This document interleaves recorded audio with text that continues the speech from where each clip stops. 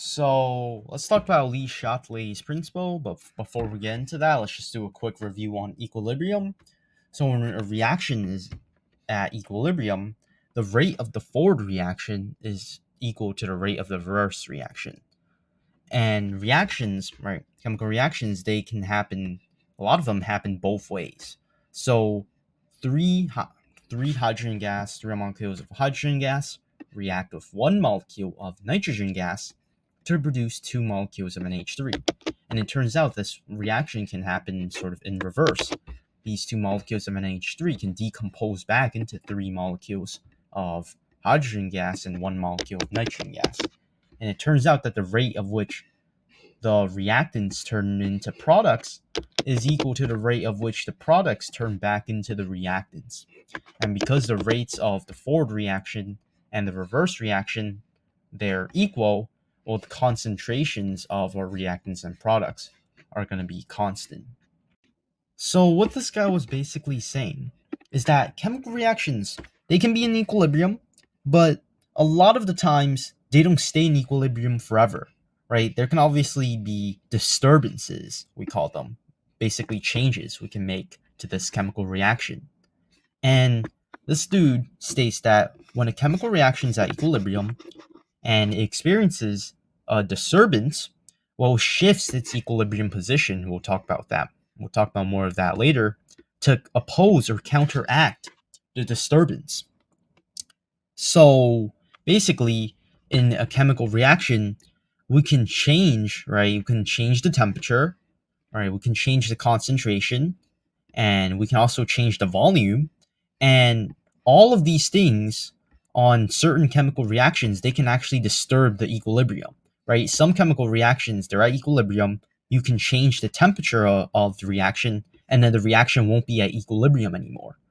And we'll be looking at ways of how chemical reactions, they can actually restore equilibrium, even though there's a change in temperature or change in concentration. So let's take a look at it. All right. Now, let's talk about changing the concentration, okay? Now, we have this to visualize this. I have the container right here. We have some oxygen gas. We have a solid block of carbon. We have gaseous CO2. And one of the changes, one thing we can do is we can increase the concentration of oxygen gas. So basically, we add more oxygen gas into the container. All right. Now, this reaction, originally it was in equilibrium, but now that we added some oxygen gas, what do you think will happen? Well, now we have an excess amount of reactant, right? We have too much O2. And what's going to happen is all of this is going to start reacting, all right? All of this is going to start reacting with carbon. And this goes back to collision theory, right? In order for two things to react, they have to hit each other, all right? But if you increase the concentration of O2, if you add more O2, the chances of this reaction happening increases. So more collisions are going to occur, and therefore this reaction is going to shift to the right, okay? Because you have too much reactants, all of the reactants are going to react and form more products as a result of this.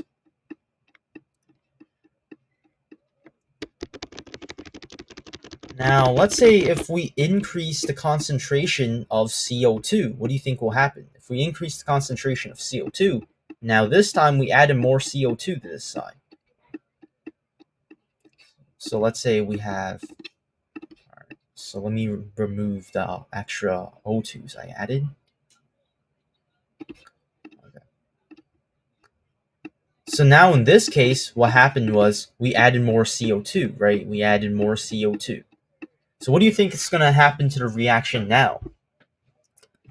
Well, all the extra CO2, right? We have an excess amount of product now. So what's going to happen is this reaction is going to shift to the left in this case, right? More CO2, because you have an excess of it, is going to decompose back into O2 and carbon, okay? Now, what happens? What do you think will happen if if we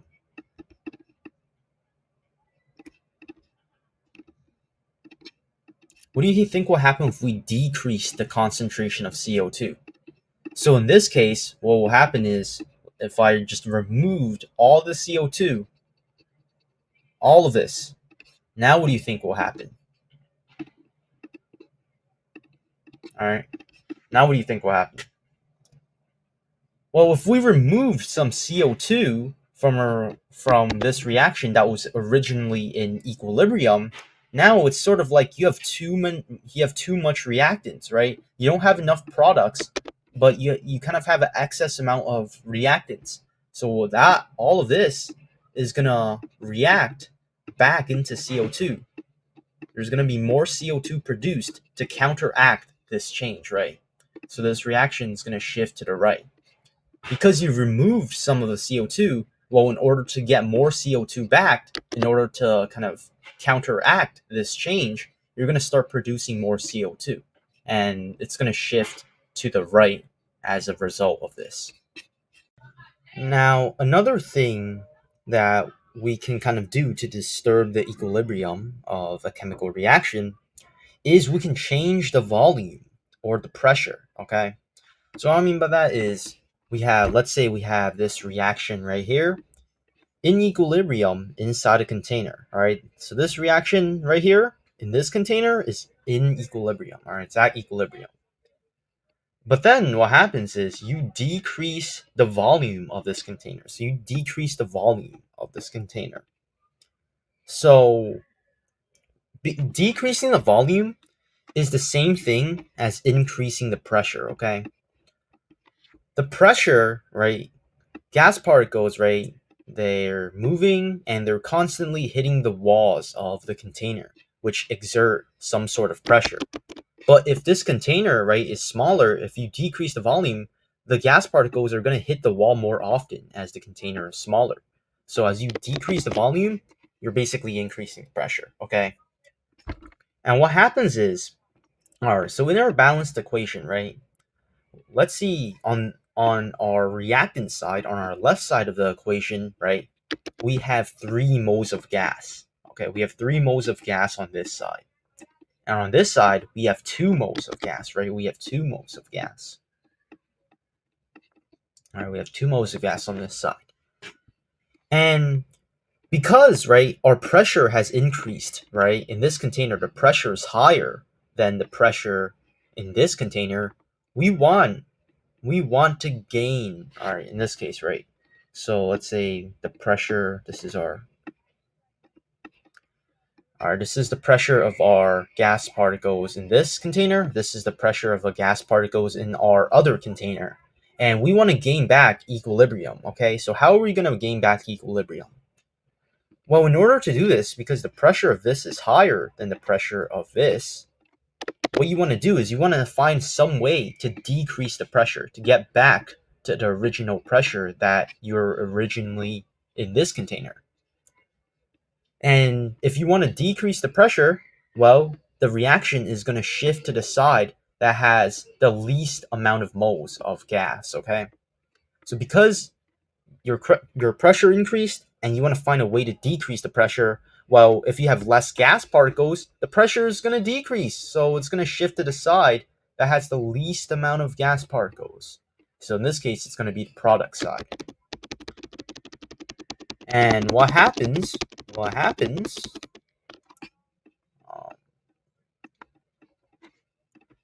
so what do you think will happen now if I erase this real quick and I draw another container? This time, this container is way bigger and you have these gas particles in them. All right. Now, if I increase the volume of this container, what do you think will happen? All right. And increasing the volume, if you think about it, is the same thing as decreasing the pressure. Because the container has gotten bigger, what's going to happen is these gas particles are going to take a longer time for them to actually hit the wall. So they're going to exert less pressure, okay? So as the volume increases, the pressure decreases. right? So because our pressure has decreased, right, from here to here, what's going to happen is we're going to find a way to do the opposite of what we've just done, right? We decrease the pressure and we want to do the opposite of that. So we want to find a way to increase our pressure so that the pressure is basically the same so the pressure in this container is the same as the pressure in this container. So what do you think is going to happen? Well, the reaction, because you want to increase the pressure, it's going to shift to the side with the most amount of gas particles. Because the more gas particles there's going to be more pressure. So the reaction is going to shift this way. So the reaction is going to shift this way, right over here. Because this side, you have 3 moles of gas particles. While the other side, there's 2 moles of gas particles. So imagine if I've drawn more gas particles right here. Imagine if I drew more gas particles here, and boom, the pressures have been restored, right? Equilibrium has been restored because now the pressure of this container is equal to the pressure of this container as we add more gas particles here. And the way I like to remember all of this is just that more volume equals more moles of gas, okay?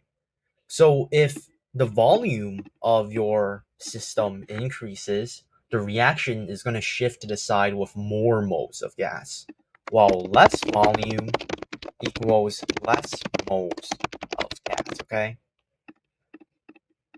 So if you decrease the volume, the reaction is going to shift to the side with the least amount of gas particles. Now, we can have a reaction that looks something like this, all right? And let's say we have some sort of reactant turning into product, so turning into some products, and there's this weird heat symbol going on here. What does that mean? Well, if the heat symbol, right, if you have reactants turning into products and there's heat on the right side of the equation, so on the right side of the equation, your reaction is something called exothermic. Exothermic. And all this means is that your reaction is releasing heat. So imagine if you're like lighting something on fire, for example, right? It's going to release heat. And whenever something releases heat in a reaction that looks something like this, your heat is going to be on the right side of the equation.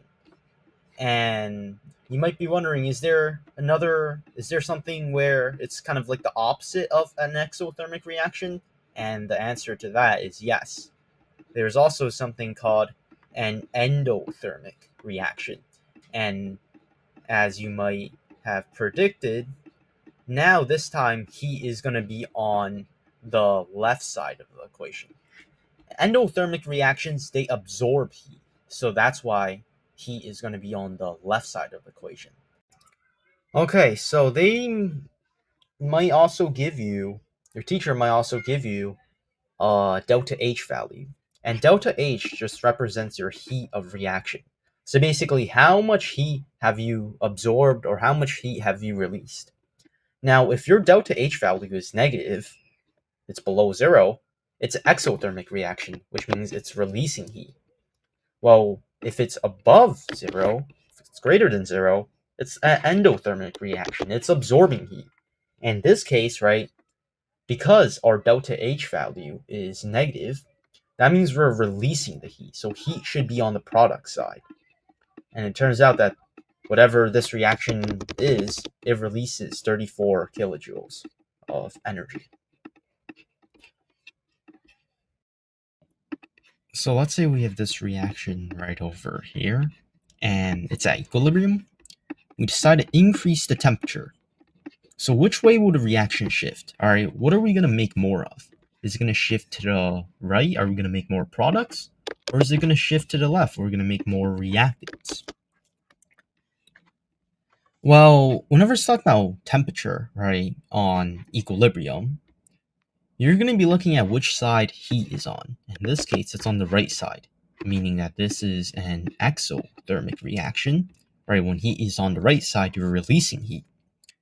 And what's going to happen is as the temperature increases, it's almost like the amount of heat you have increases. And more of this heat is going to be absorbed by this carbon dioxide. And because it's carbon dioxide is absorbing all this heat, this reaction is actually going to shift to the left. It's going to shift to the reactants because as the carbon dioxide absorbs all that heat, well, more of it is going to sort of decompose back into solid carbon and gaseous oxygen gas. And likewise, if we decrease the temperature, well, it's almost like we're decreasing the amount of heat. So less of the carbon dioxide, right, is going to actually decompose back into solid carbon and oxygen gas. And this reaction is going to shift to the product side because you want to regain some of that heat that you kind of lost by decreasing the temperature, right? Because we decrease the temperature, you want to find a way to sort of increase the temperature back, right? You want to find a way to sort of raise the temperature back. And how do we raise the temperature? Well, the reaction will shift to the product side and more heat will be generated to increase the temperature back. Now, let's say we have this reaction at equilibrium and we decide to increase the temperature. So which way is the reaction going to shift to? What are we going to make more of? Well, you can see that from our previous example to this example, the only difference is that the only thing we kind of care about is where the heat is located. In our last example, heat was on the right side of the equation, while this time the heat is on the left side of the equation. So this reaction is endothermic. Endothermic. You're absorbing heat. And if we increase the temperature, it's like we're increasing the amount of heat. And more of this nitrogen gas and oxygen gas will absorb this heat and it will react to form more products. All right. So this excess amount of heat is going to absorb by the nitrogen gas and oxygen gas, and you're going to form more products. So the reaction is going to shift to the right because you're producing more products. And decreasing the temperature has the opposite effect. It's going to shift it to the left. If we have this reaction at equilibrium, what do you think will happen if we increase the pressure? Which side is this going to reaction shift to? Okay, so increasing the pressure is the same thing as decreasing the volume, okay? Pressure and volume are inversely proportional, which means that as one goes up, the other one goes down. So as pressure goes up, the volume goes down, okay? So imagine if we have a container filled with gas particles, right? And gas particles, they exert a certain amount of pressure when they're moving and they hit the container. And this pressure will go up if we decrease the volume, right? Increasing the pressure is same thing as decreasing the volume, basically. Right? You're making this container smaller, and therefore the pressure increase. Right. Now, if you increase the pressure, right, you're trying to find a way to restore equilibrium. You're trying to find a way to go back to kind of where you started. All right. And you're trying to find a way to actually do the opposite of what you've just done, right? If you increase the pressure of a reaction at equilibrium, now you're trying to find a way to decrease the pressure, right? You're trying to find a way to undo what you've kind of done. So you're trying to decrease the pressure of this system. And how would you do that? Well, the reaction is going to shift to the side with the least amount of gas particles, right? If you have less amounts of gas particles, right? If we didn't have this many gas particles in a container, we would have less pressure. So if you look at the reaction above, well, this side has 1 mole of gas particles. This side has 2 moles of gas particles, and we want to find a way to decrease the pressure. So you're trying to look for the side that has the least amount of gas particles because that's going to give us the least amount of pressure, right? That's going to give us lower pressure.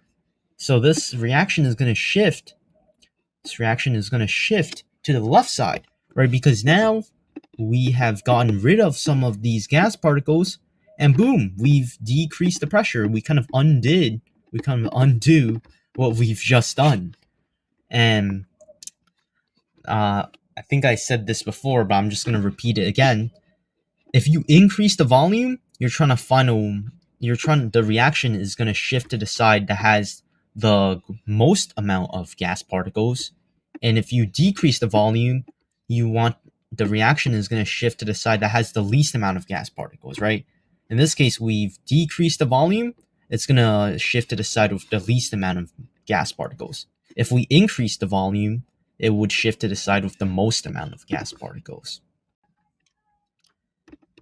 Imagine if we have this reaction right over here, and we decided to increase the concentration of H2. So which side is this reaction going to shift to? What are we going to make more of? Well, in this case, right, if we increase the concentration of H2, it's almost like we have too much reactant, right? We have an excess amount of reactants. So all of this extra H2 we sort of added, right? All of this is going to react with the iodine molecules, and therefore the reaction is going to shift to the product side, right? We have excess amount of reactants. All of the reactants are going to react with one another, and they're going to produce more products as a result of this. And now let's say that we decide. So just adjust this real quick. Now let's say we decide to decrease the concentration of iodine gas. So which way is the reaction going to shift now? Well, if we decrease the concentration of iodine gas, now, right, on our reactant side, it's sort of like we have too little reactants. We want to find a way to generate more iodine because we decreased the concentration of iodine gas. So the reaction is going to shift to the opposite way. It's going to shift to the left side, right? In our first example, we have too much reactants, so the reaction is shifted to the right side. In this case, it's almost like we have too little reactants. It's almost like we have too much products in this case. So this excess amount of products, right, it's going to make the reaction shift to the left side. Let's say that we have this reaction right over here, and it's at equilibrium. Then we decided to increase the temperature. So what do you think will happen now? You'll notice that heat is on the right side of the equation, the product side, which means that this reaction is exothermic. You're releasing the heat, therefore it's on the product side. Now, increase in temperature, it's almost like you have an excess amount of heat, right? And the way I like to do it, I like to treat heat as sort of a product in this case. And if you increase the amount of heat, the excess amount of heat is going to be absorbed by the C2H6, and therefore this reaction is going to shift to the reactant side, right? Because when the C2H6 absorbs all this excess amount of heat, well, it's going to react more, and therefore more solid carbon and more hydrogen gas is going to be produced as the result of this.